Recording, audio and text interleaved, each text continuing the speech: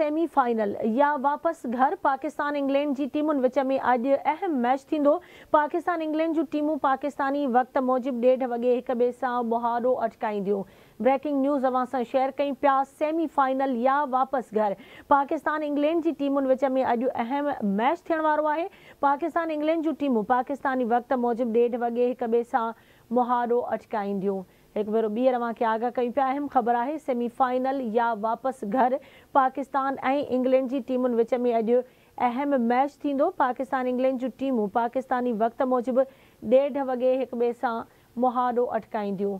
एक भेरो ॿीहर अवां खे आगाह कयूं पिया। अहम ख़बर आहे क्रिकेट वर्ल्ड कप जे हवाले सां सेमीफाइनल या वापस घर पाकिस्तान ऐं इंग्लैंड जूं टीमूं अॼु मुहारो अटकाईंदियूं। पाकिस्तान ऐं इंग्लैंड जी टीमुनि विच में अॼु अहम मैच थींदो।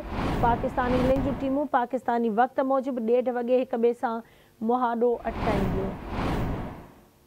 सेमीफाइनल या वापस घर पाकिस्तान इंग्लैंड जी टीमुनि विच में अॼु अहम मैच थींदो। पाकिस्तान इंग्लैंड जूं टीमूं पाकिस्तानी वक्त मूजिब 1:30 वॻे हिक ॿिए सां मुहारो अटकाईंदियूं।